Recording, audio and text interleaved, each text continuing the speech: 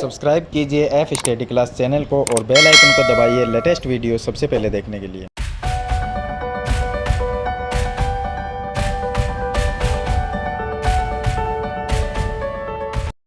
Hello students, आज इस video में हम कक्षा 9 की जो प्रमेय 8.3 है उसको सरल करेंगे और चैप्टर नंबर 8 है जिसका नाम है चतुर्भुज। तो चैप्टर 8 है चतुर्भुज, उसमें प्रमेय है 8.3, इसको हम सरल करेंगे। और पीछे वाली वीडियो मैंने आपको प्रमेय नंबर 8.1 और 8.2 है वो बताई थी, जो इस वीडियो के लास्ट में आपको मिल जाएगी या आपको आई बटन पे उसका लिंक मिल जाएगा। तो देखिए प्रमेय नंबर 8.3 में क्या है कि यदि एक चतुर्भुज की, अब ये क्या है, एक चतुर्भुज है ABCD, यदि एक चतुर्भुज की सम्मुख भुजाओं का प्रत्येक युग्म बराबर हो, यानी कि ये हमें चतुर्भुज दिया है और इसने कहा है कि इसके आमने सामने की भुजाएं बराबर, यानी AB भुजा CD के बराबर है और AD भुजा BC के बराबर है। अगर ये बराबर है तो क्या ये एक समचतुर्भुज होता है? हमें कैसे इसको समांतर चतुर्भुज सिद्ध करना है। तो क्या वह समांतर चतुर्भुज होता है? तो अगर हम इसको समांतर चतुर्भुज सिद्ध करें तो हमें क्या करना होगा? अगर हम, या तो हम ऐसा कर सकते हैं कि समांतर चतुर्भुज सिद्ध करने के लिए समांतर चतुर्भुज कौन सा होता है? जिसके सम्मुख कोण बराबर हो, यानी कोण A और कोण C, कोण B और कोण D बराबर हो, यानी कोण A C के बराबर हो और B है वो D के बराबर। या तो हम अगर इन कोणों को बराबर कर देते हैं तो ये सिद्ध हो जाएगा कि ये क्या है, एक समांतर चतुर्भुज। या हम ऐसा कर सकते हैं कि इसमें एकांतर कोण अगर बराबर कर देते हैं तो एकांतर कोण बराबर होंगे, तो उसका मतलब क्या होता है? एकांतर कोण बराबर कब होते हैं? जब भुजाएं क्या होती है, समांतर होती है, यानी रेखाएं समांतर होती है तो एकांतर कोण बराबर होती है। और एकांतर कोण बराबर हम कर देते हैं तो उसका मतलब होगा रेखाएं समांतर होगी। तो एकांतर कोण को हम बराबर कर दें तो रेखाएं समांतर होगी, और जिस चतुर्भुज में रेखाएं समांतर होती है वो क्या होता है, समांतर चतुर्भुज। तो हम या ऐसा कर सकते हैं। तो हमारे पास में दो तरीके हैं। तो हम क्या करेंगे, इसमें एकांतर कोण बराबर करेंगे। कैसे करेंगे? सिंपल तरीका है, हम क्या करेंगे, A को C से मिला देंगे। A को C से मिलाया, आप रचना में लिख सकते हैं इस चीज़ को। तो सबसे पहले तो हम ये लिखेंगे कि हमें दिया है, हमें क्या दिया गया है? हमें इसमें ये दिया गया है कि हमारे पास में ABCD एक चतुर्भुज है। तो हम क्या लिखेंगे कि ABCD एक चतुर्भुज है। अब ABCD एक चतुर्भुज है तो इसमें हमें क्या दिया गया है कि AB भुजा CD के बराबर। इसने लिखा है कि प्रत्येक युग्म बराबर हो, यानी आमने सामने की भुजाएं बराबर हो। तो AB भुजा है CD के बराबर, तो हम लिख सकते हैं कि AB बराबर में CD। और दूसरी BC जो है वो AD के बराबर है, तो BC बराबर AD, ये हमने लिख दिया। तो चलिए हमें सिद्ध क्या करना है वो हम लिख लेते हैं। हमें सिद्ध करना है कि ABCD एक समांतर चतुर्भुज है। हमें सिद्ध करना है ABCD एक समांतर चतुर्भुज है, समांतर चतुर्भुज है, ये हमें सिद्ध करना है। रचना में आप ये लिख सकते हैं कि A को C से मिलाया। तो इसकी उत्पत्ति की बात करें तो देखिए, जैसे हमने रचना की, यानी कि जो विकर्ण है वो बनाया, तो आपको दो त्रिभुज नजर आने लगे होंगे। एक नीचे त्रिभुज है, एक ऊपर है। तो हम क्या करेंगे, इन दोनों त्रिभुज को लेंगे। नीचे वाला है ABC और ऊपर वाला है CDA, ये दोनों त्रिभुज लेंगे। अगर मैं इनको दोनों को सर्वांगसम कर देता हूं तो ये जो कोण है यहां पर, ये कोण, ये जो कोण है वो इस कोण के बराबर हो जाएगा। तो हम यानी एकांतर कोण को हम बराबर कर देंगे। तो देखिए पहले हम क्या करेंगे, इनको सर्वांगसम करेंगे। सर्वांगसम कैसे करेंगे? यहां पर AB CD के बराबर है और BC DA के बराबर है, और ये बीच वाली उभयनिष्ठ। तो यानी कि यहाँ पर भुजा भुजा नियम से, साइड साइड नियम से ये दोनों त्रिभुज क्या हो जाएंगे, सर्वांगसम। और सर्वांगसम होने के बाद में ये कोण आपस में बराबर हो जाएंगे, जो कि एकांतर कोण है। और एकांतर कोण जब बराबर होते हैं तो रेखाएं क्या हो जाएगी, समांतर हो जाएगी। तो इसका मतलब ये क्या होगा, एक समांतर चतुर्भुज होगा। तो हम कौन से त्रिभुज दो लेंगे, ABC। तो हम लिखेंगे त्रिभुज ABC व दूसरा कौन सा त्रिभुज है, CDA। CDA, ये दो त्रिभुज लेंगे। इनको सर्वांगसम करने के लिए क्या करेंगे, ABC त्रिभुज में AB भुजा किसके बराबर है, ऊपर दूसरे त्रिभुज के CD के बराबर। तो ये होगा CD।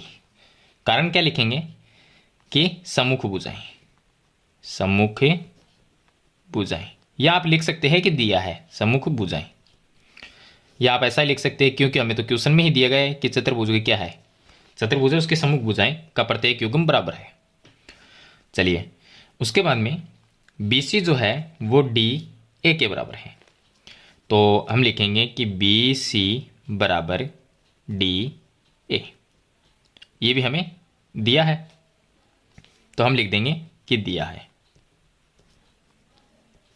और बीच वाली जो AC है वो उभयनिष्ठ है, तो हम लिख सकते हैं कि AC बराबर AC, जो कि उभयनिष्ठ भुजा है, उभयनिष्ठ भुजा। तो ये उभयनिष्ठ हो गई। अब देखिए यहां पर नियम कौन सा लगता है, साइड साइड साइड, यानी भुजा भुजा भुजा। नियम से, इस नियम से ये दोनों त्रिभुज सर्वांगसम हो जाते हैं, तो त्रिभुज ABC सर्वांगसम है त्रिभुज CDA के। और जब दो त्रिभुज सर्वांगसम होते हैं तो उनके कोण क्या होंगे, बराबर होंगे। यानी हम दे सकते हैं ये कोण जो है वो इस त्रिभुज, दूसरे ऊपर वाले त्रिभुज के इस कोण के बराबर होगा। ये कोण नंबर 1 और ये कोण नंबर 2, तो हम लिख सकते हैं कोण नंबर 1 कोण नंबर 2 के बराबर है। हम लिख सकते हैं कोण नंबर 1 बराबर कोण नंबर 2 बाई CPCT, ये आप इसका कारण लिख सकते हो। और आगे देखिए, अगर ये कोण इसके बराबर है तो ये जो कोण है इसको नाम दे देते हैं हम कोण नंबर 3, किसके बराबर होगा, यहाँ पर इस कोण नंबर 4 के बराबर, क्योंकि ये भी नीचे वाले त्रिभुज का 3 नंबर और ऊपर वाले का 4 नंबर बराबर होगा, क्योंकि ये भी क्या है, संगत कोण है। तो हम लिख सकते हैं कोण नंबर 3 बराबर कोण नंबर 4, ये क्या है, CPCT लिख देंगे, CPCT। यानी हिंदी में लिखना चाहो तो लिख सकते हो कि सर्वांगसम त्रिभुजों के संगत कोण है। चलिए अब एक चीज देखना यहाँ पर कि कोण नंबर 1 कोण नंबर 2 के बराबर है, कोण नंबर 1 है वो कोण नंबर 2 के बराबर है। अब आप ऐसा देखना है कि यहाँ पर एक जेड की आकृति में इस तरह से इसको देखें कि ये जेड की आकृति बनती है, इसमें कोण नंबर 1 2 के बराबर है, और यहाँ पर ये कोण नंबर जो 3 है वो कोण नंबर 4 के बराबर, यानी एकांतर कोण बराबर हो रहे हैं। यहाँ से आप देखोगे तो आपको ये पता चलेगा कि एकांतर कोण बराबर है, यानी कोण नंबर 1 2 के बराबर, तो ये क्या हो, एकांतर कोण है। 3 4 के बराबर है, ये भी एकांतर कोण है। तो हम क्या लिख सकते हैं कि एकांतर कोण बराबर है, एकांतर कोण बराबर है, बराबर है। एकांतर कोण अगर बराबर है तो इसका मतलब रेखाएं क्या होगी, समांतर होगी। तो हम लिख सकते हैं एकांतर कोण बराबर है तो रेखाएं समांतर होती है, रेखाएं समांतर होती है।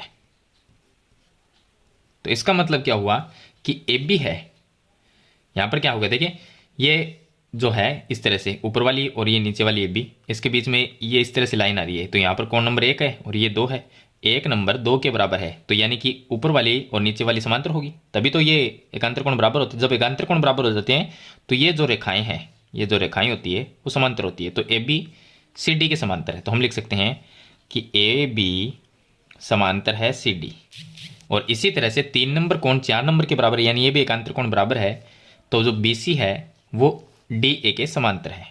हम लिख सकते हैं BC समांतर है DA, तो ये आपस में समांतर हो गए, यानी AB और CD समांतर है, BC और AD समांतर है, और जिसमें ये भुजाएं समांतर होती है वो क्या होता है, समांतर चतुर्भुज। तो हम ये कह सकते हैं कि ABCD पूरा क्या हुआ, एक समांतर चतुर्भुज हुआ। तो हम लिख सकते हैं कि ABCD एक समांतर चतुर्भुज है, समांतर चतुर्भुज है। तो ये इसका आंसर हो जाए, यानी एति सिद्धम। चलिए इसके बाद में शुरू करते हैं प्रमेय नंबर 8.4। अब देखिए प्रमेय नंबर 8.4, इसमें हम सिद्ध करेंगे कि एक समांतर चतुर्भुज में समूह कोण बराबर होते हैं। हमें क्या सिद्ध करना है कि समूह कोण बराबर, समूह कोणों को बराबर करना है, यानी कोण A बराबर कोण C होना चाहिए और कोण B बराबर कोण D, ये चीज़ सिद्ध करनी है। यानी A बराबर C और B बराबर D, और ये दिया गया हमें एक समांतर चतुर्भुज। तो ABCD क्या है, एक समांतर चतुर्भुज, और समांतर चतुर्भुज में AB भुजा CD के बराबर है, यानी समूह भुजाएं बराबर होती है। तो हम लिख सकते हैं कि हमें दिया है हमें दिया है, क्या दिया गया है कि ए बी सी डी एक समांतर चतुर्भुज है, एक समांतर चतुर्भुज है। इसके बाद में हम ये लिख सकते हैं कि ए बी भुजा, ये जो भुजा है वो सी डी के बराबर है। तो हम लिख सकते हैं कि ए बी बराबर सी डी, ये दिया है हमें। और बी सी भुजा है वो डी ए के बराबर है, तो हम लिख सकते हैं कि बी सी बराबर ए डी, ये बराबर है। अब देखिए इसकी उत्पत्ति की बात करें, सिद्ध क्या करना है, सम्मुख कोण बराबर। तो हमें जो सिद्ध करना है वो यहाँ पर लिख लेते हैं कि कोण ए और कोण सी बराबर होनी चाहिए। कोण ए बराबर कोण सी, कोण बी बराबर कोण डी, कोण बी बराबर कोण डी, यानी इन कोणों को हमें बराबर सिद्ध करना है। तो हम क्या करेंगे, उत्पत्ति में देखिए इसकी, अब ये एक समांतर चतुर्भुज है, एबीसीडी क्या है, एक समांतर चतुर्भुज। और समांतर चतुर्भुज में भुजाएं जो क्या है, समांतर और बराबर होती है। तो यानी ए बी के समांतर कौन सी है, ए बी, और ये भुजा समांतर है। और यहाँ पर ए डी और बी सी ये समांतर है। तो हम क्या करेंगे, हम कुछ इस तरह से लिखेंगे कि ए बी सी डी एक समांतर चतुर्भुज है। हमें पता है कि ये एक समांतर चतुर्भुज है। तो ये दोनों भुजाएं क्या है, समांतर, कौन सी, बी सी और ए डी। तो हम लिख सकते हैं कि बी सी समांतर ए डी, यानी ए डी भुजा, या आप ऐसा लिख दीजिए कि ए डी, ये ए डी और बी सी क्या है, समांतर। तो ए डी समांतर है बी सी के, और इसके बीच में एक तिर्यक रेखा है जिसका नाम है ए बी। यानी कुछ इस तरह से कि ये दो रेखाएं ऊपर से समांतर आ रही है और इनके बीच में ये ए बी रेखा है। चलिए इसको कहीं पर भी बना दें कि ये ए बी रेखा है। तो ए बी रेखा तो एक तिर्यक रेखा हो गई और ये दोनों समांतर हो गई। तो समांतर रेखा जब होती है उनके बीच में एक तिर्यक रेखा होती है, तो वहां पर जो अंतःकोण बनते हैं, ये जो कोण बनते हैं, ये इनका योग 180 डिग्री होता है, ये होते हैं अंतःकोण। तो ए डी समांतर बी सी, यानी ये दो रेखाएं समांतर है और इनके बीच में ए बी क्या है, एक तिर्यक रेखा, तथा हम लिख सकते हैं कि ए बी एक तिर्यक रेखा है, तिर्यक रेखा है। अब इनके बीच में तिर्यक रेखा है तो कोण, ये कोण और ये कोण, इन दोनों कोणों का योग कितना होगा, 180 डिग्री, यानी कोण ए प्लस कोण बी। तो हम लिख सकते हैं कोण ए प्लस कोण बी बराबर 180 डिग्री।